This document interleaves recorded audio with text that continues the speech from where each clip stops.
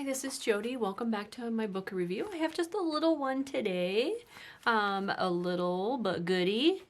So I know you've probably all seen these. This is the Golden Guide to Birds. This little treasure is 4 by 6, and there is the spine, and then there is the back of the book. And the ISBN number is 0-307-24490-3. The Golden Guide books are so cool. Let's see if I can find a date in here. It's Golden Press out of New York. And this is 1956. So I just love this little bugger. It's just, I just love it. I love this book. Look at the loon.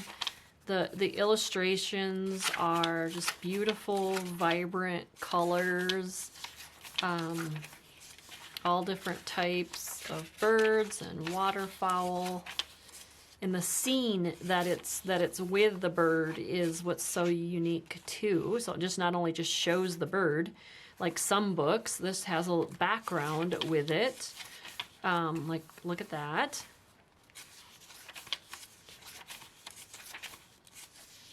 The owls in a pine tree. See, there's the chimney swift. It shows brick in the back. I just love it. These are my favorite books. Whenever I see these little books,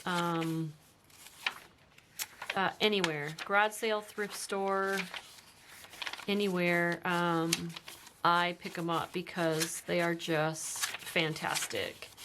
They're small enough pages to use in journals for small pages.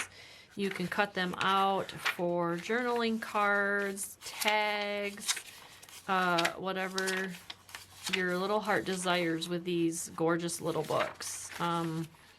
You cannot go wrong with these.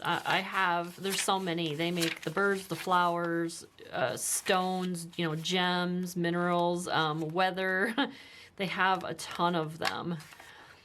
So this is a Golden Guide Birds edition. So don't pass this up. Oh, and then these are not sewn in. That's the only bad thing about these, is that you can't take the whole one out.